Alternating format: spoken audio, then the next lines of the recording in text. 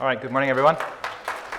I'm just going to move around a little bit. All right, yeah, so my name is Erik Hupje. I run Reliability Academy. We deliver online training and coaching in the area of maintenance and reliability. So today I'm going to talk to you about what maintenance planning and scheduling should look like and why it often doesn't. But before we do that, I'm going to start with an example from the medical industry. So what you see on the screen here is Da Vinci. Da Vinci is a surgical robot. It costs about $2 million a piece. Hospitals around the world have invested probably billions of dollars in this kind of technology. It gives incremental gains in a select number of procedures. Really advanced. It's, in the medical field, this is kind of the real high-tech industry, technology. If, however, something goes wrong and we get really sick or we have an accident, we end up in the ICU. And chances are, if you're in the ICU, you will get what they call a central line. Now, a central line is a bit like an IV, except it's a bit more serious. It's basically a thin tube that goes into your vein, very deep to your heart, is used to deliver medication or a rapid blood transfusion. It's basically life-saving in an ICU situation, but it does carry a very serious risk of infection. In fact, it's pretty risky in that respect. So back in the 2000s, the Johns Hopkins Hospital in the US realized they had a significant issue in this space. And the Johns Hopkins Hospital is probably one of the best hospitals in the world, right? So if they had an issue with infection of these central lines, you can imagine what the problem would have been around the world in other places. And what they realized was that their 10-day infection rate was what they call 11%. So basically, if you got a central line in ICU, after 10 days, you had an 11% chance that that line would be infected. Once infected, the mortality rate was 25%. Now, the sad thing is, there is really no reason for that to happen. There's no reason for people to die from an infection in a central line. And, the doctors at Johns Hopkins knew that very, very well. So what they basically did was they said, hey, this is not acceptable, this shouldn't be happening, and they made a very simple basic checklist. They said, right, if we do these 5 things always, then there will be no infections. And because basically they knew that, doctors have to do 5 things. 1, wash their hands, right? 2, make sure that they clean the patient's skin with antiseptic. 3, cover them with a drape, head to toe. 4, doctors need to wear a mask and a gown and gloves, etc. And then 5, cover the wound, the insertion point, with a sterile cover and keep it clean, right? So really, really basic. What they then did was they agreed that checklist, and then they said, okay, over the next 1 month, they got the nurses to check how often doctors were complying with that basic checklist. And guess what? In 33% of the cases, doctors were skipping 1 or more of those steps. Now, they're very highly trained people. You don't have to tell them how to do this, right? But they're under stress. They're thinking about the next 20 steps further down the line when they're doing a major surgery or something else, and this central line is not their priority. So very often things were missed. What they then did was they said, okay, for the next 12 months, we're going to get the nurses to intervene when a doctor is not following these 5 steps. Now, you can imagine that's easier said than done, because when you're in the ICU and then there's a nurse, you have to speak up to the surgeon, heart surgeon, or whatever, say, hey, excuse me, but your glove is nicked, you have to go and replace it. But that takes a bit of time. So they had to do a bit of change management with the doctors and the nurses to make this happen. But they did, and the results were pretty staggering, because basically, after 12 months, the infection rate dropped down from 11% to 0, where it should be, really. Now, at the hospital itself, that was pretty significant. Looking at the numbers, they basically said that in those 12 months, they probably avoided about 43 infections, 8 deaths. So for those 8 people, that would have been, life-saving improvement, and about $2 million in costs. What they did then next was they took that same basic 5-point checklist and that concept of making sure that people stuck to that checklist and rolled it out across all the intensive care units in the state of Michigan, which is a much bigger pool. So over 18 months, that saved 1,500 lives and $175 million, right? From a simple 5-point checklist. Now, I'm sharing this because across industry, we're all very guilty of falling prey of chasing technology. I don't know how many conferences you've been to, how many news articles you've read. Everything is AI lately, and before AI, we had other things, right? It was IoT and everything else. We've been doing this all the time. The thing is, though, if you think about the plants that are out there, our mines, our power plants, our manufacturing plants, our food processing plants, all those plants, the performance of those plants are driven by how well we do the basics, how well we do our foundations, right? And it's the equivalent of the checklists in that example, the medical industry, how well we do the basic things in terms of executing our maintenance. And one of those key foundations is planning and scheduling, which is what I'm talking about today. It is really, really important when you run an industrial plant that you get your planning and scheduling in place. If you don't have that, you do not have a solid foundation, and everything else you build on top of that is going to just suffer from it. And there's two key reasons for that. One is, if you have good planning and scheduling, you're going to create a stable working environment where you get reasonable productivity. And the converse is, if you do not have good planning and scheduling in place, if you do not have effective work management, you typically find yourself in a very reactive environment, and in those reactive environments, productivity is low, stress levels are high, frustrations are high, etc. Right? So planning and scheduling is key to setting up a productive working environment where you can get better with other things. That's step one. Step two, what a lot of people forget is that if you don't have good planning and scheduling, your preventive maintenance program is not going to succeed, because an effective preventive maintenance program will carry with it a lot of condition-based maintenance. Most of our failure modes are not age-related. They need to be treated with condition-based maintenance, and that's a topic for another presentation, but we need to use a lot of condition-based maintenance. And what happens when we run condition-based maintenance is we get these notifications say, hey, that bearing in that pump is going to fail in 4 months. So if you're in a reactive state and you don't have good planning and scheduling, that notification or that work request comes in, and you go like, yeah, great, I'll worry about that in 3.5 months. And guess what happens? Time passes, that thing is buried in backlog. 4 months later, that bearing and that pump do fail, and somebody turns around and says, hey, what happened? Why didn't we pick that up, right? And somebody goes, oh, we did pick it up, it's in your backlog. That's happened to all of us, I think. It's happened to me more times than I would admit, and that's why it's really important that you have a good planning and scheduling process in place. Now, at a high level, planning and scheduling is really quite easy. Doesn't matter what book you pick up, what reference book you pick up, which article you read, it all looks something like this. There's basically 6 steps to it, right? You identify and prioritize the work, you plan the work, you schedule the work, you then execute what you've planned, you close it out, and you have a review and improve loop. It's pretty straightforward at a high level. But then when you go deeper, that is kind of where things tend to go wrong, and that's the devil in the detail. So what I'm going to do in the next few slides, I'm going to walk through each of these 6 phases and talk a little bit more about what you need to do in each of those phases, what good looks like. Obviously, it's going to be fairly quick because I've only got half an hour or so. And then at the end, I'm going to talk about the 5 most common mistakes we see organizations make and what to do about those. Now, before that, one thing to mention is, not long ago, I think this is maybe 1 or 2 years ago, there was a global survey done of about 400 maintenance managers in the oil and gas industry. Now, the oil and gas industry is where I worked for a long time.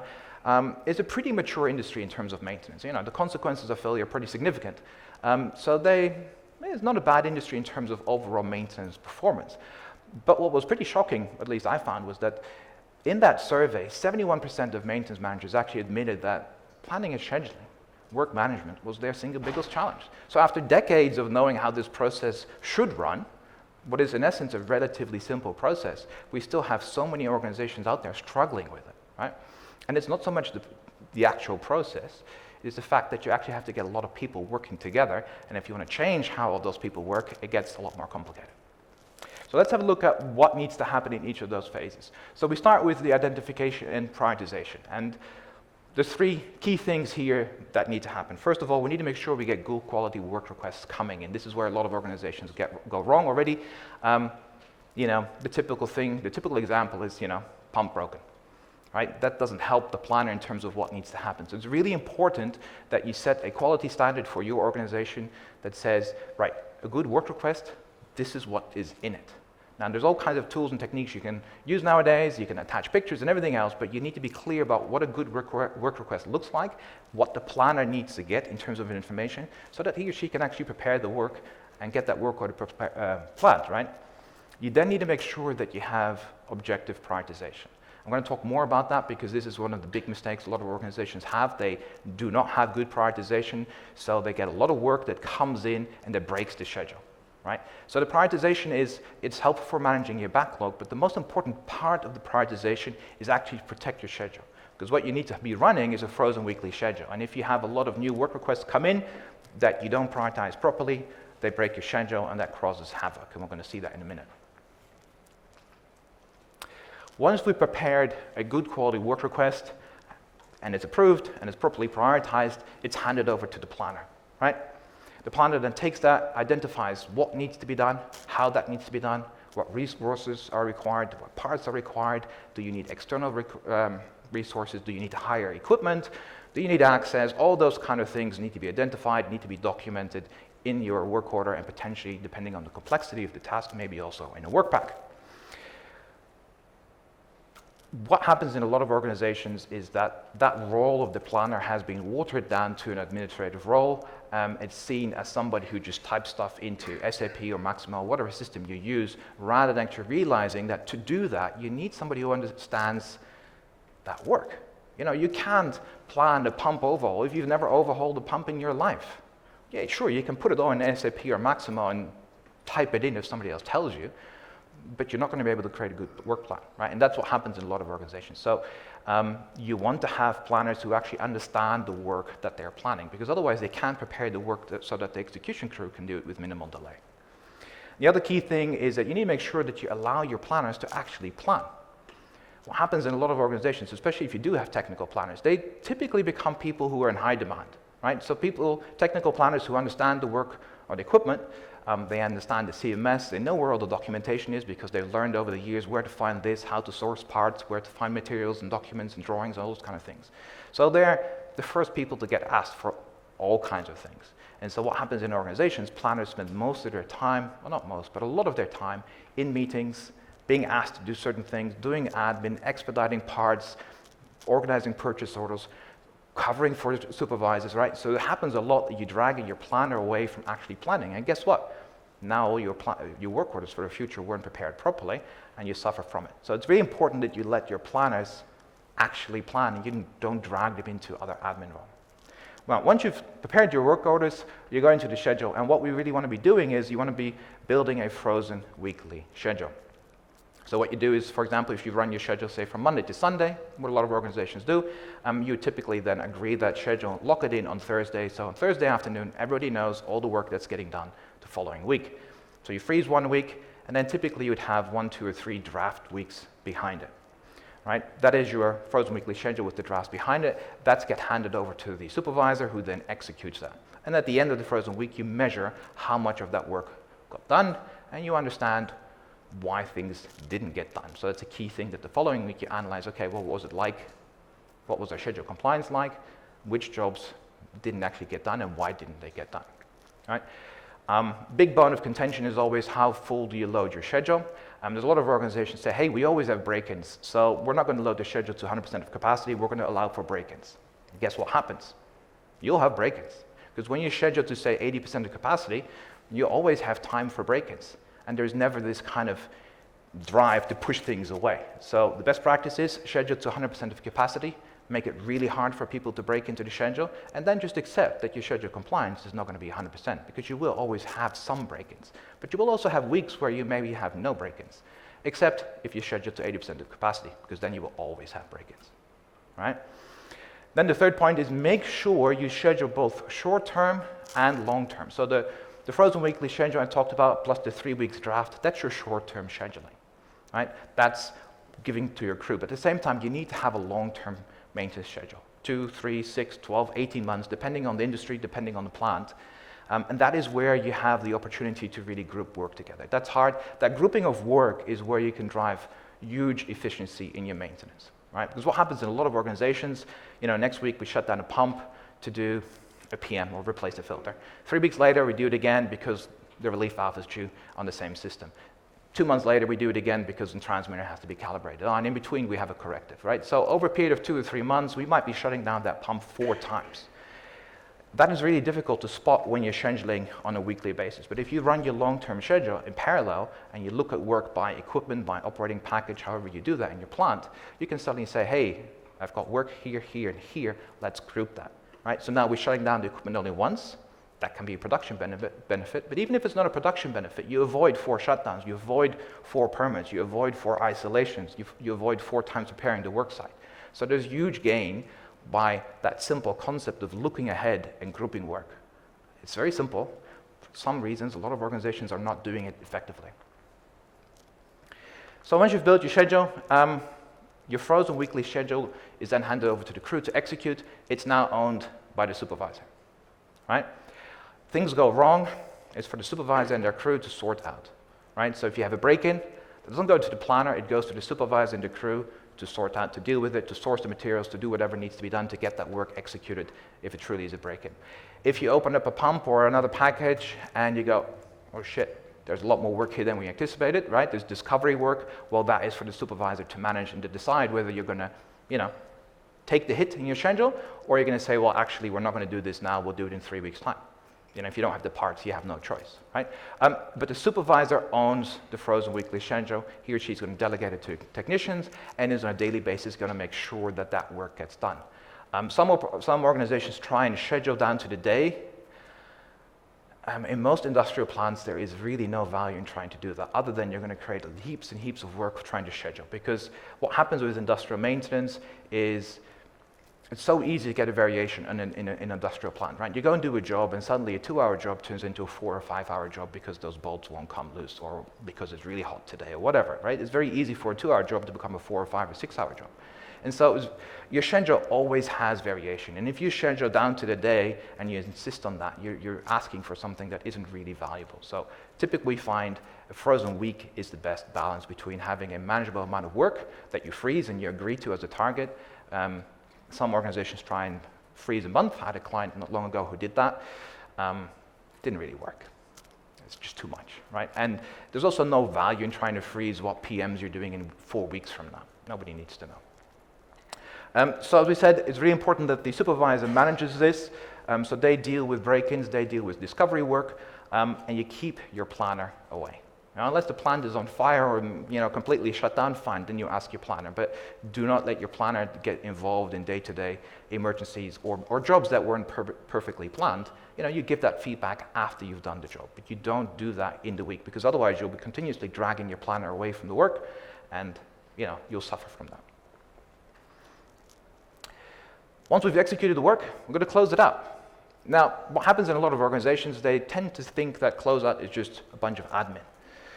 Now, it is an administrative task, but we need to actually remember that most of the data we gather for improving our performance, improving our processes, improving our maintenance equipment strategies is captured in this part of the process. Right? This is where we capture time writing, this is where we capture the actual materials we use, this is where we capture what we found in equipment, what we did and how we left it. All that information is captured here, so this is critical to your long-term improvement. And it's important that the organization understands that. We've probably all heard managers say, I don't want to see a technician behind a computer, I want to see them out in the plant. I get that sentiment, productivity is important, but closing out a job properly in your CMS is part of the job, and you need to give your guys, your technicians, the time and the resources to do that. Otherwise, you'll suffer from it, right? And so you need to make sure you capture meaningful history. So the typical thing is, how did you find the equipment? What did you do compared to what was written in the job plan? Because that may be completely different. And how did you leave the equipment? Was everything okay? Or is there follow-up work to be done? And if there's follow-up work, make sure that you raise work requests if required, right? So that's your history component. And then you need to make sure you do proper daily time writing. So every day you capture your time, both in terms of productive time and non-productive time in your CMS, so that you can see where you're spending your time. And at the end, this is where you also give feedback to your planner, right? So if you got a job that went pear-shaped because the job plan was just atrocious, well, this is the opportunity to give that feedback to the planner. Say, hey, next time, make sure you capture this, this, and this. Or you get a job plan that is actually really darn good. It doesn't hurt to say thank you to a planner and say, hey, that was really good. We'd love to see all of them like that, right?